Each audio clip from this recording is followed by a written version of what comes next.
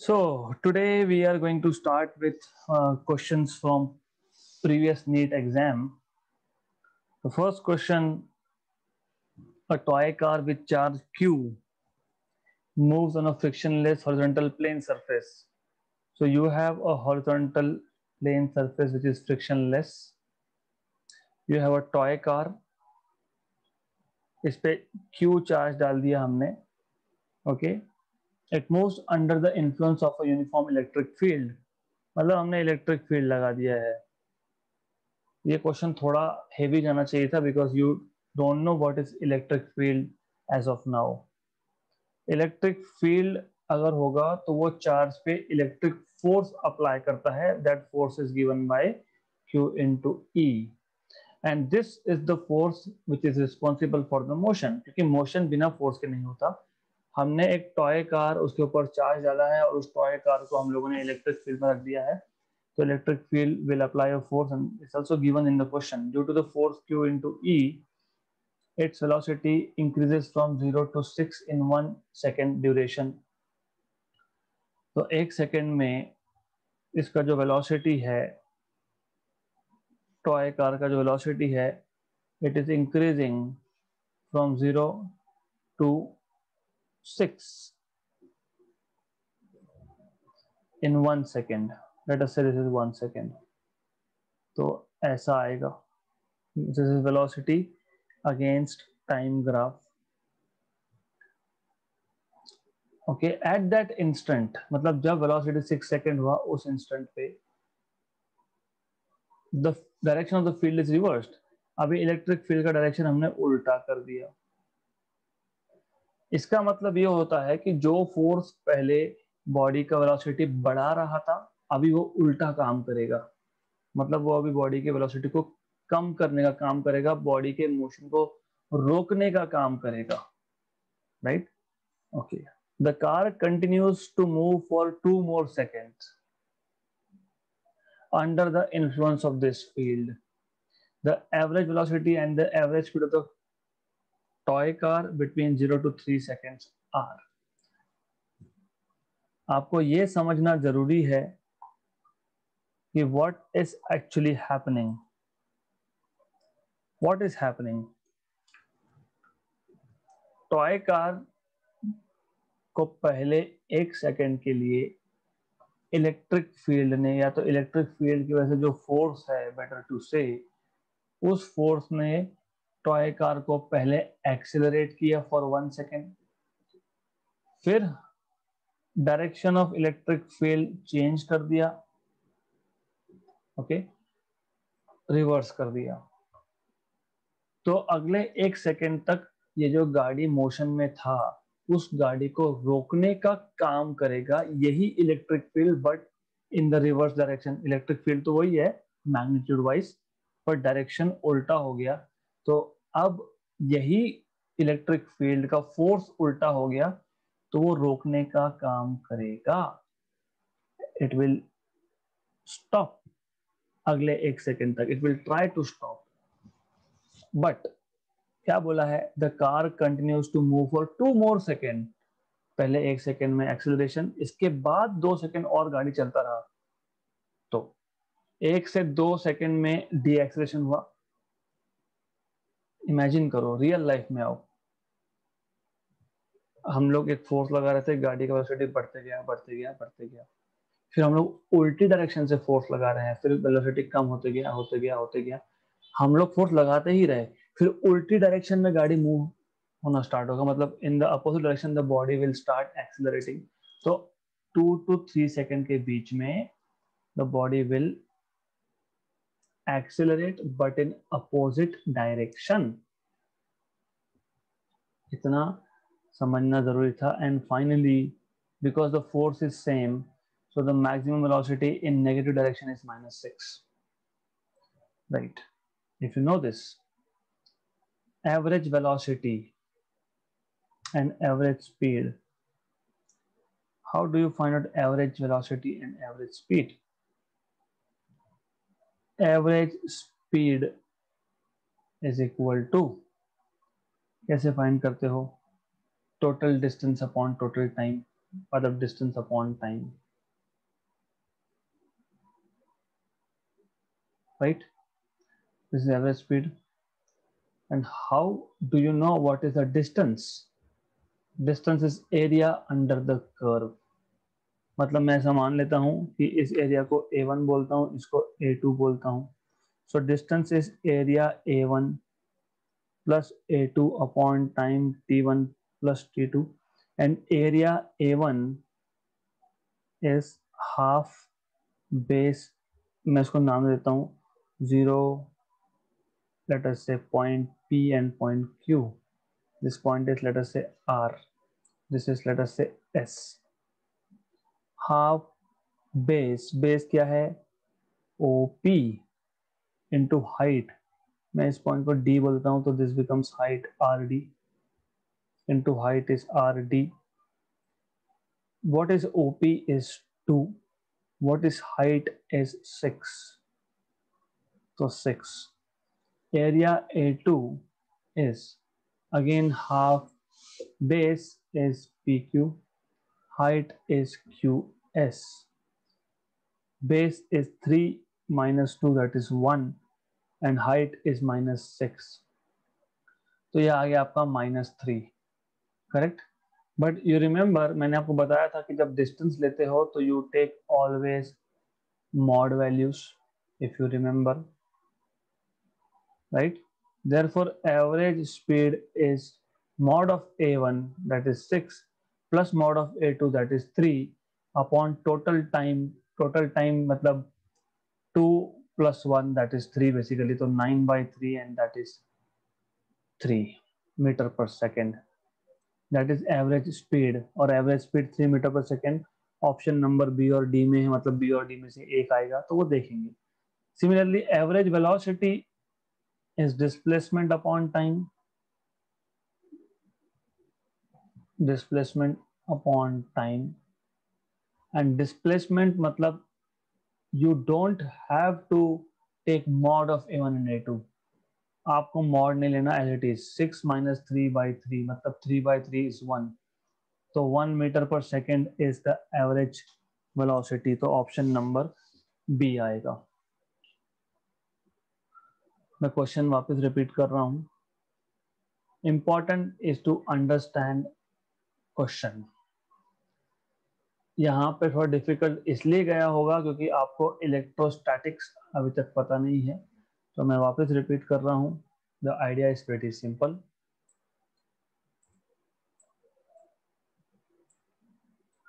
The idea was that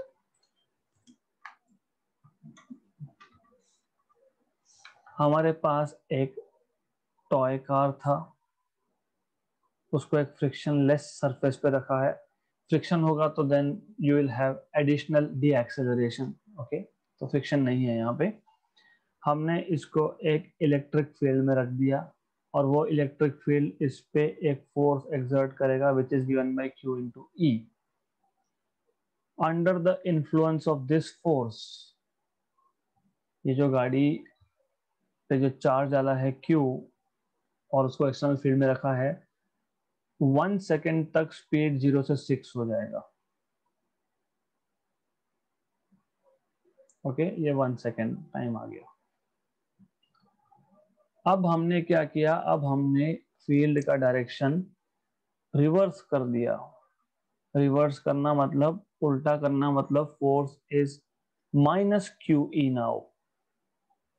मतलब vehicle यहां तक तो आ गया था, लेट अस से, स्पीड बढ़ते बढ़ते अब अपोजिट डायरेक्शन में फोर्स लगा रहा हूं, मतलब मैं व्हीकल को रोक रहा हूं. रोक रहा हूं मतलब डी एक्सेलरेशन है, क्योंकि इलेक्ट्रिक फील्ड की वैल्यू सेम है. Because value of electric field is same, तो rate of acceleration and de acceleration they are same. मतलब the thing is, what will happen is this, मतलब अगले 1 सेकेंड में वापस वेलोसिटी 0 हो जाएगा. 0 1 2, करेक्ट. बट क्वेश्चन के अकॉर्डिंग 2 सेकेंड तक यही फोर्स लगता रहा. तो पहले 1 सेकेंड में तो गाड़ी को ये फोर्स रोक रहा था. अगले एक सेकंड में एक गाड़ी को अपोजिट डायरेक्शन में मूव करने लगा, मतलब velocity will increase again to -6 but in opposite direction, but in opposite direction, right. इसको मैं बोलता हूँ टोटल एरिया A1। मैं एक्चुअली इसको A1, A2 और A3 तीन एरिया में लिख सकता था, but we don't need to waste our time, okay. तो मैं ऐसा बोलूंगा, ये A1 और A2। Average speed will be mod of A1 plus mod of A2 by T1 plus T2, and average velocity will be displacement upon time, मतलब A1 plus A2 upon T1 plus T2. We don't have to take modulus values over here. So this was such a simple question. Question number 2. Preeti reached the metro station and found that the escalator was not working. She walked up the stationary escalator in time T1. On other days, if she remains stationary on moving escalator, then the escalator takes her up in time T2. The time taken by her to walk up on the moving escalator will be. अगर आप कभी malls में गए हो या railway station पे गए हो, मेट्रो स्टेशन पे गए हो, तो यू विल सी दैट ऊपर जाने के लिए एक एस्केलेटर होता है एंड इलेक्ट्रिक होता है, तो you just have to stand and go. एक दिन वो खराब हो गया तो हम चल के गए, मतलब प्रीति चल के गई ऊपर, एंड प्रीति को टाइम लग गया T1। बट जिस दिन वर्किंग होता है एस्केलेटर, उस दिन अगर वो सिर्फ जाके एस्केलेटर पे खड़ी रह गई तो T2 टाइम में वो ऊपर पहुंच जाती है। एक दिन कुछ ज्यादा ही गई थी, हाँ, तो what she did was, escalator भी चालू है और वो भी एस्केलेटर पे चलती जा रही है, राइट। तो the time taken in that case will be how much. तो first of all let us say let the distance covered or the height from one floor to other is h. Let the distance between the floors is h, okay। Case 1, time या फिर velocity भी बोल सकते हो, velocity on stationary escalator, velocity with which, just a minute, velocity with which Preeti walks up the stationary escalator.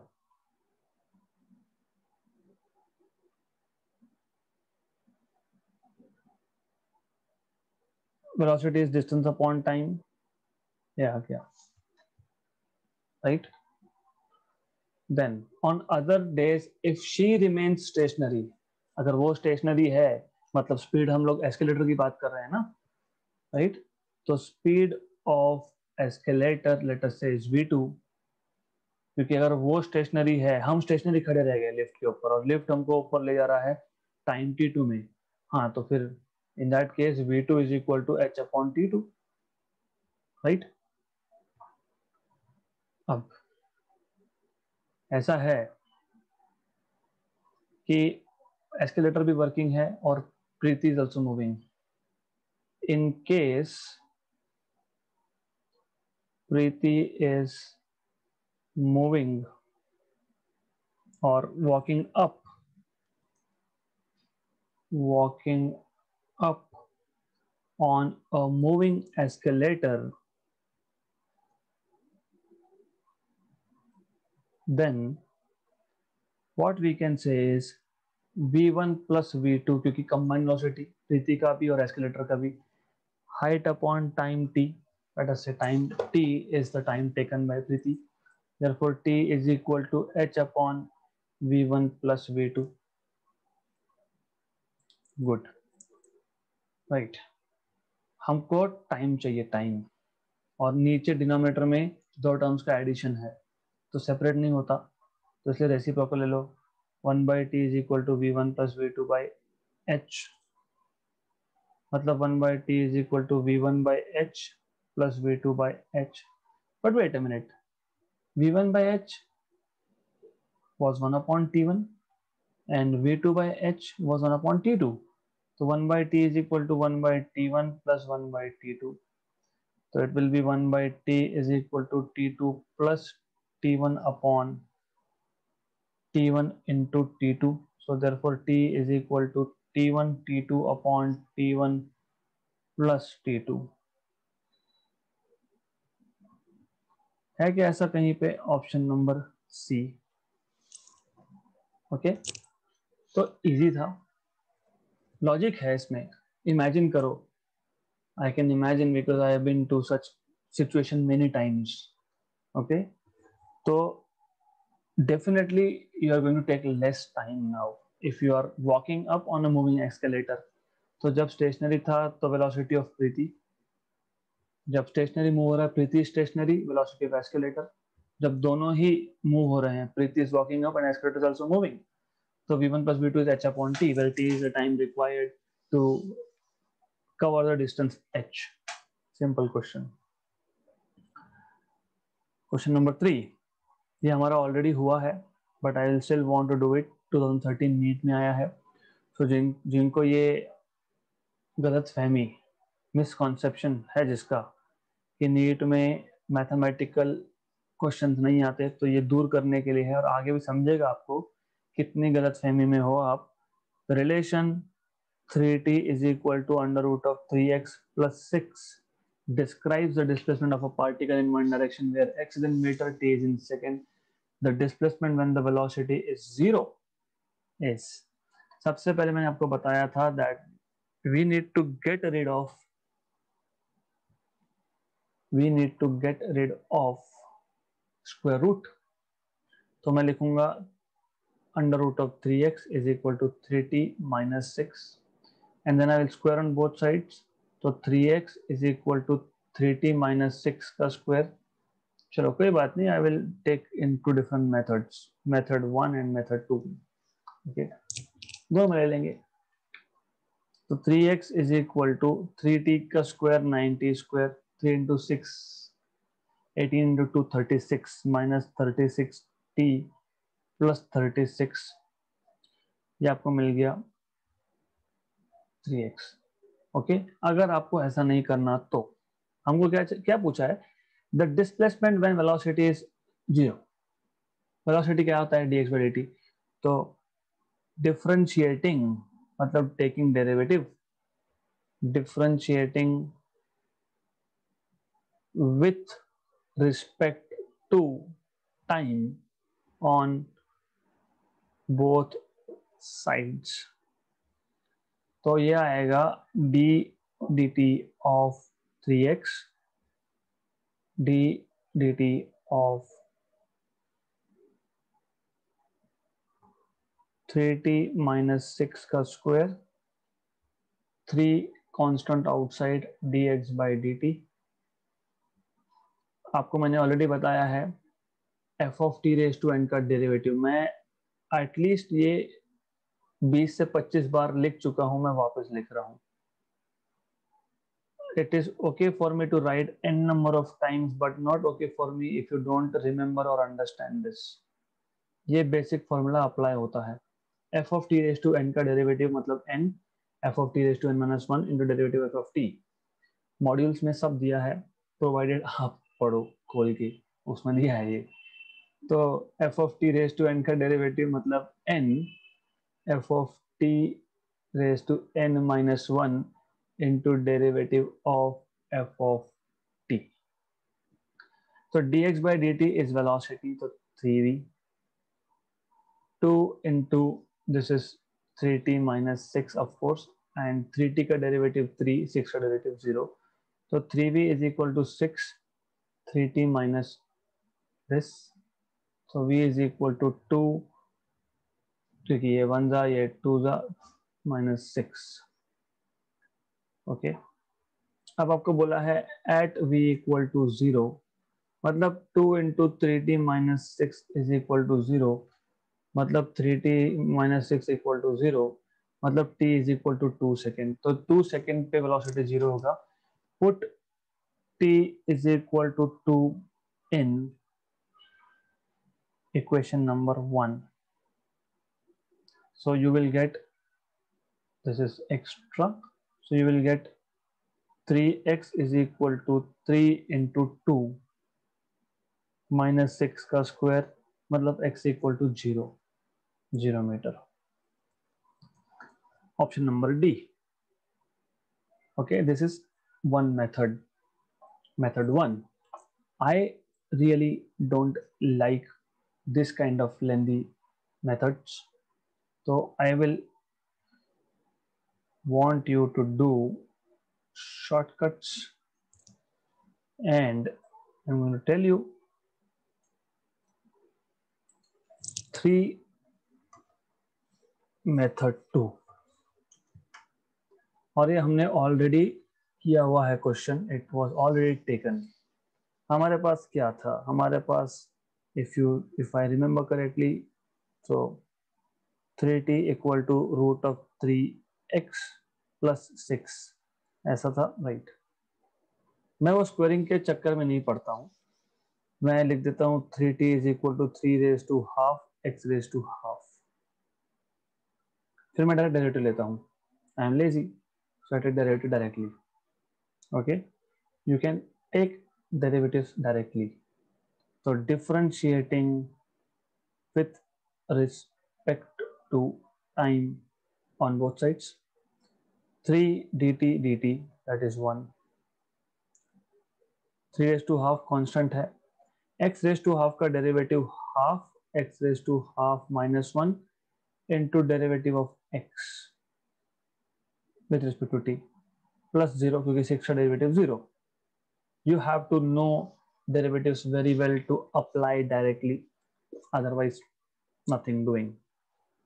तो ये आ गया 3 raised to half by 2, ये हो गया x raised to minus half, मतलब नीचे जाके plus half dx by dt, मतलब velocity है ये basically. Okay, so what I am looking here is that 6 upon root of 3 into x raised to half is equal to dx by dt.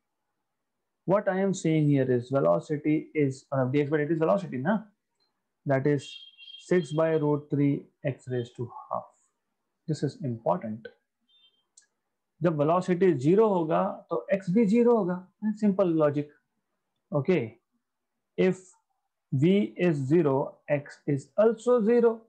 तो instead of doing all this, पहले velocity 0, फिर time की value निकालो, फिर time की value 2 x के equation में डालो. Very good, better. v और x में रिलेशन निकाल लो, बात ही खत्म. जब v 0 तो x 0. अगर ऐसा कुछ होता v plus 6 ऐसा कुछ होता, फिर मैं बोलता v 0, फिर सॉल्व करता, फिर x की वैल्यू मिल जाती. बट यहाँ पे ऐसा नहीं है, तो v 0 x 0 खत्म. क्योंकि मैं v 0 डालूंगा तो 0 equal to 6 root 3 x raise to half.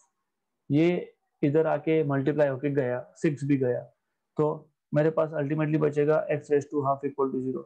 Squaring on both sides, x equal to 0 का स्क्वायर 0, तो x इक्वल टू 0. तो method 2 is this, provided you have understood derivatives very well. That is the only condition. So you can do via two methods. I don't remember if I have told you some other method, but मैंने बताया ऐसे बहुत सारे question हैं, you can solve with method 1, method 2, and that is the whole point in giving you assignment, that you need to apply your own tricks and methods and check if it is valid or not. Fourth, if the velocity of particle is v is equal to at plus bt square, where a and b are constant, then the distance traveled by it between 1 and 2 seconds is. हम लोगों ने ये भी पहले किया हुआ है. Okay, this is also done earlier. ये भी पहले हमारा हुआ है, फिर भी कर लेंगे. Velocity is at plus bt square. A and b are constant. The distance traveled by this particle between 1 and 2 seconds is. What is v? It is dx by dt, that is equal to at plus bt square. Clear? I told you ऐसा आया, दो variable है और दोनों को separate किया जा सकता है. Variable separable form. dx is equal to at plus bt square into dt. ऐसा आप करने के बाद इंटीग्रेट करोगे. You have to integrate. Integration over dx from 0 to x, क्योंकि ये तो निकालना है ना, ये तो फाइंड करना है हमको, तो 0 to x. Integration time between 1 and 2 seconds at plus bt square dt. Correct, right. तो dx का इंटीग्रेशन आएगा x बिटवीन 0 to x, और at में a कांस्टेंट है, integration t dt, plus bt square में b कांस्टेंट है, integration t square dt, और दोनों में लिमिट्स 1 to 2 है, 1 to 2 है. So instead of doing this 1 to 2, 1 to 2 separately, I will directly put one bracket and write down 1 to 2 over here. X equal to a, t का integration t square by 2 plus b t cube by 3, 1 to 2. अभी डालो upper limit minus lower, याद रखना upper limit पहले डाल दो. तो a by 2 upper limit 2 square plus b by 3 upper limit 2 cube. Okay, minus lower limit a by 2 1 square plus b by 3 1 cube.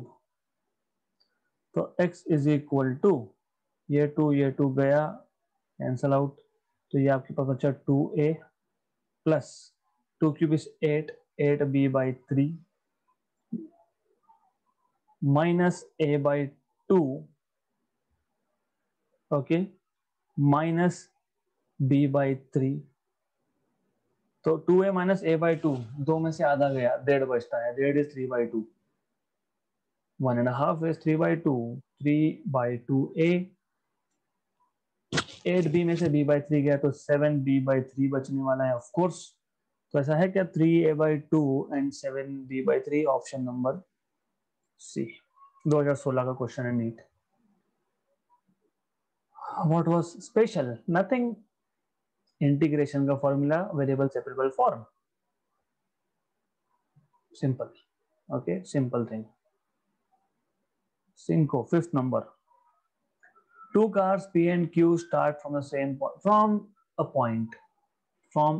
point, मतलब from the same point, at the same time in a straight line, and their positions are represented by xp of t, which is at plus bt square, and xq of t, which is ft minus t square. At what times do the cars have same velocity? It is a joke. Why it is a joke?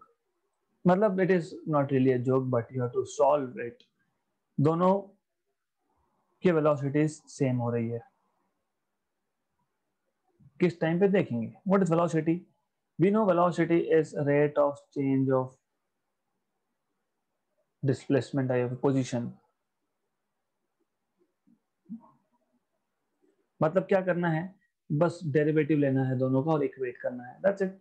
तो derivative of xp at plus bt square, okay, equal to derivative of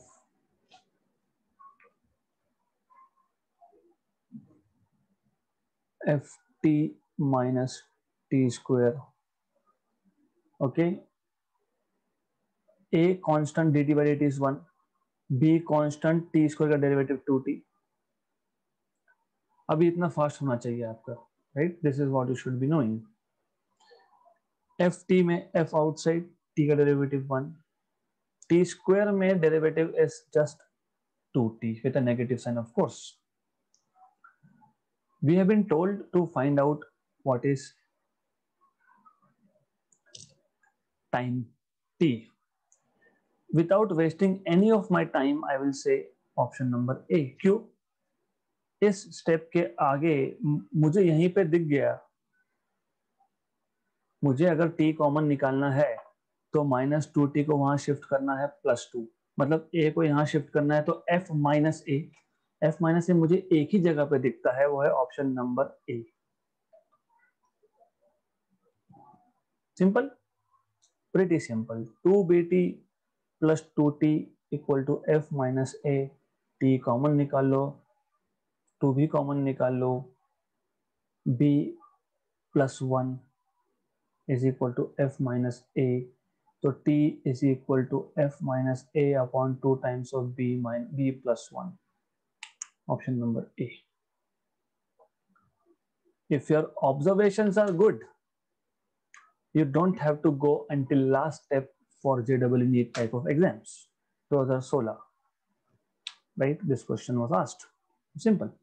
velocity equal कब कौन से time पे होगा, तो पहले equal लिख ही दो, फिर उसको डेरिवेटिव लेते बैठो. डिस्प्लेसमेंट का, पोजीशन का डेरिवेटिव लेते बैठो, because velocity is derivative of position. 6. A small hole of area of cross section 2 mm square present near the bottom of a fully filled open tank of height 2 meter, taking G equal to 10, the rate of flow of water through the open hole would be nearly equal to. This question doesn't fit in what we are learning.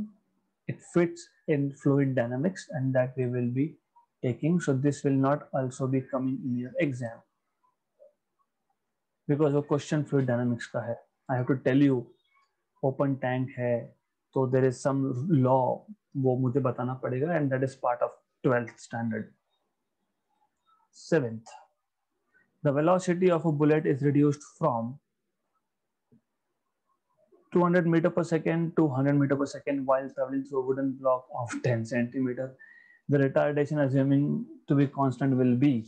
ऐसा एक question already हुआ है. सिर्फ उन्होंने बोला था कि half हो जाएगा वेलोसिटी, तो इनिशियल v था तो v/2 हो जाएगा, तो फिर वही है, मतलब इनिशियल u था तो u/2 फाइनल होगा, तो वही है. वुडन ब्लॉक है, इनिशियल वेलोसिटी यहाँ पे अगर u है विच इज 200, बुलेट अंदर गया after some distance and 10 centimetre distance, मतलब ये s डिस्टेंस ट्रेवल करने के बाद वेलोसिटी v हो गया, that is 100. What is retardation? Simple है ना, v square equal to u square plus 2as, v square minus u square equal to 2as, a is equal to v square minus u square upon 2s. v 100 square 10 power 4, u 200 to उसका भी square है, तो 4 into 10 power 4, क्योंकि you are squaring it, 2 into 10 centimetre. Remember 10 centimetre. Centimetre को metre में convert करने के लिए एक्स्ट्रा 10 पावर -2 डालना नहीं भूलना, नहीं तो गए. यह आ गया आपका -3 इंटू 10 पावर 4/2 इंटू 10 पावर -1. यह आ गया आपका -1.5, ऊपर गया 10 पावर +5. यह आ गया आपका -15 इंटू 10 पावर 4 मीटर पर second square. 15 into 10 power 4 metre पर second square. Negative means retardation. उन्होंने बोला ये the retardation is option number D. This is the level of question. Okay, बहुत सिंपल सा क्वेश्चन था, extremely simple. 8. A body A starts from rest with an acceleration a1. After 2 seconds, another body starts from rest with an acceleration a2. If they travel equal distances in 5th second. ये question 2 बार हुआ है अपना. I remember this question that I have taken 2 times, and I remember answer turns out to be 5:9। तो ये आपने खुद ने करना है क्योंकि 2 बार हमारा हुआ है। So I am not going to do it once again. 9th,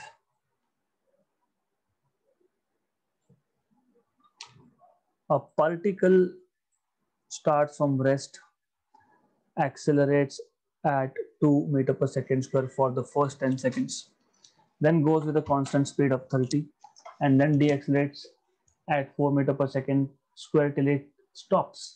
What is the distance traveled by it?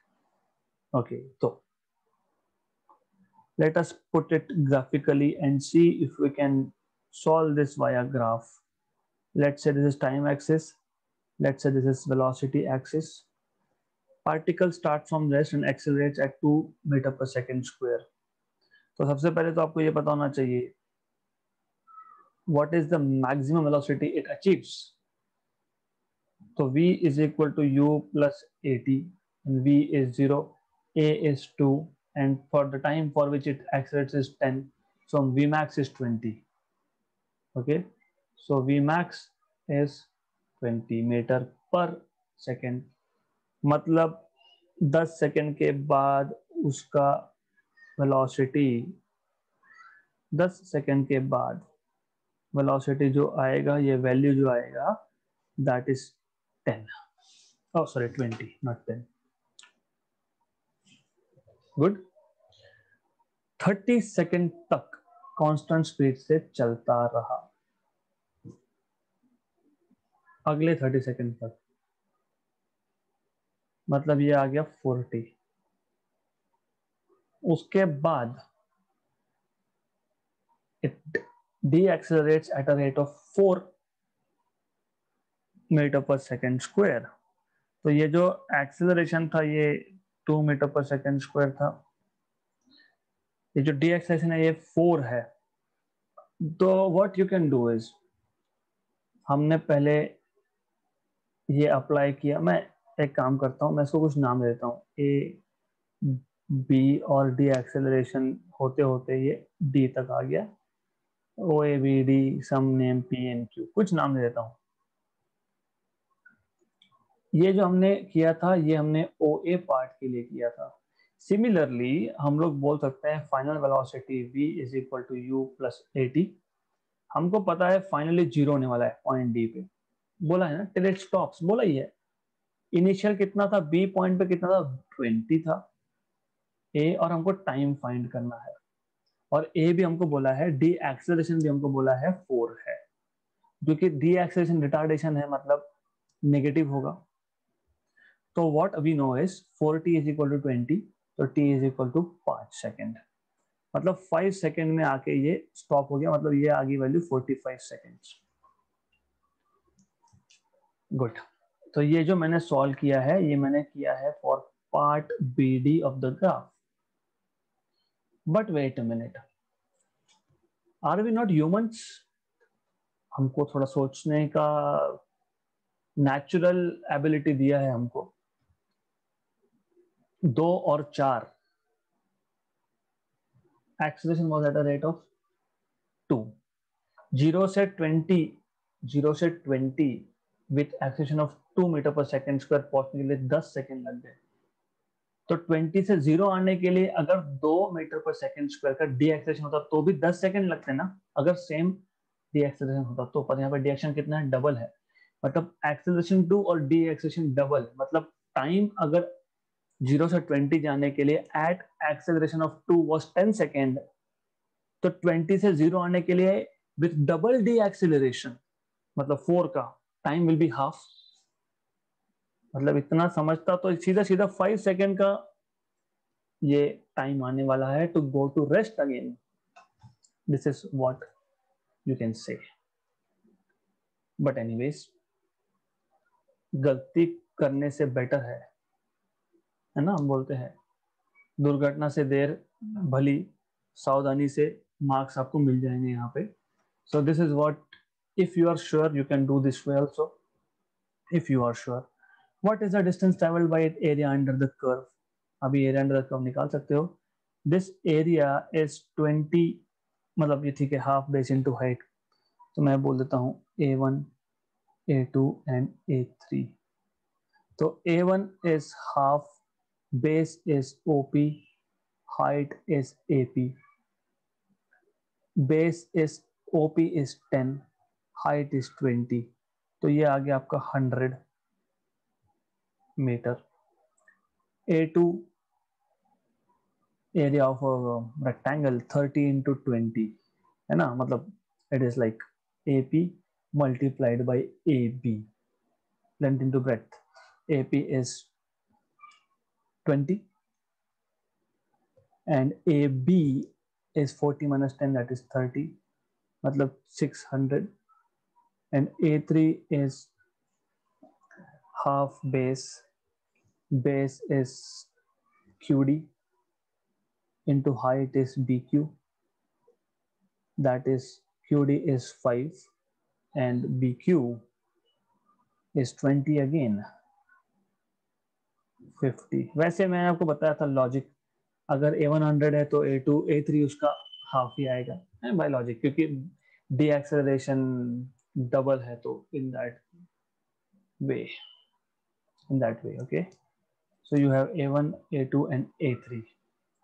So in total area under the curve is going to be A1 plus A2 plus A3, that is the distance covered.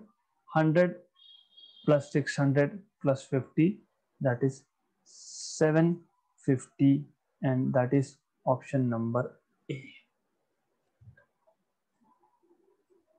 So the level of the questions was not very difficult.